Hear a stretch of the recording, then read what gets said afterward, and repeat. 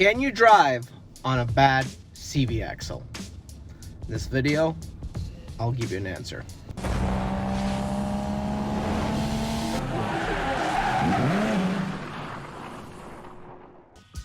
Welcome. Question of the day. Can you drive on a bad CV axle? The short answer is yes, you can drive on a bad CV axle. But the long answer is no. And I'm here to explain you both the short answer and the long answer. Here's when you could drive on a bad CV axle. There's a lot of different scenarios why your CV axle is bad.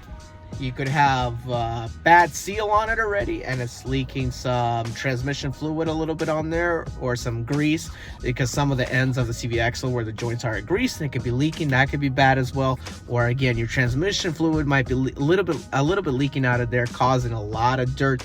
It's gonna look like it's grease, but it's not. It's actually fluid all washed up on the bottom of your car, and basically it's leaking out, and it's a bad CV axle. And sometimes vibration coming from a bad CV axle is bad from unknown reasons. Maybe bad CV axle overall, not balanced right, defective from a parts store, or you installed the wrong one. And also another thing about CV axles, what it could be bad, it could be a bent CV axles. It's rare it's very rare, but it's more common in off-road vehicles. If you do a lot of off-road, and you can bend CV axles and axles in general.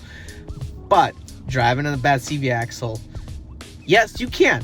If you're leaking a little bit of transmission fluid and you noticed it, yes, you can drive maybe even 1,000 miles. Not saying you should, but you can drive 1,000 miles if you're doing a road trip and you're trying to get home, to do it at home and change it yourself, or at a part, or have a a mechanic shop, auto shop, change it for you.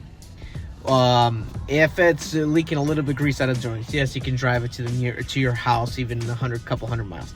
If it's bent, well, if it's vibrating, obviously you can drive it somewhere, but it's not recommended.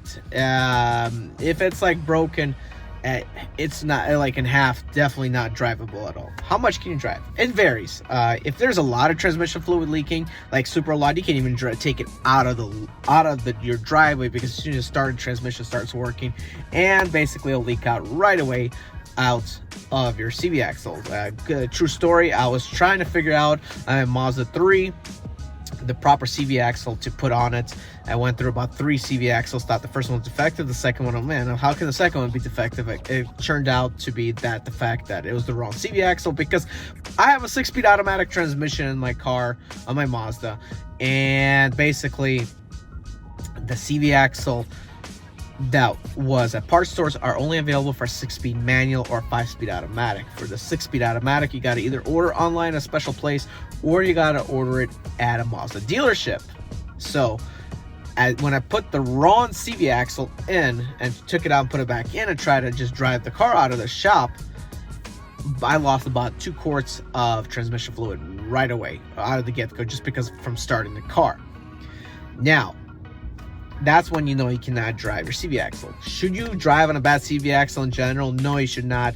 I had a Lexus ES350 with a bad CV axle. It was vibrating at a certain speed, and I was leaking a little bit of transmission fluid. Not a lot, not enough to top it off, but it was annoying to drive at 60 miles an hour to 70 miles an hour, 80, 90 miles an hour. Not that you should go that fast. And it would just vibrate. I was just testing out which speeds the vibration would stop. It would not stop at any vibration. At any speed at all, the vibration would not stop. So, yes, you can drive on a bad CV axle, but should you? Not really. Get it home as soon as possible. Get it. Maybe you can drive on in a week. Not saying you should. And get the part ordered. Get some estimates if you can't do it yourself. It's really not that hard, honestly, to change a CV axle. I've done it. Okay, I've done it. It's better that's a 2-person job, because a lot of these suspensions and a lot of cars are rusty, and you need a lot of strength and power to basically take parts off, especially if it has not been touched in a while. But it's not that bad. But anyways, get your car to a a mechanic as fast as possible, or change it yourself. Don't drive on it forever. I don't recommend it. It's annoying to drive your car when it's vibrating. You did the alignment and everything else on and balance the tires, and it's still vibrating really bad. So just get that changed and don't drive on your bad CV axle. Not canceled. Guys, I'm Eddie B. 2004 turn right.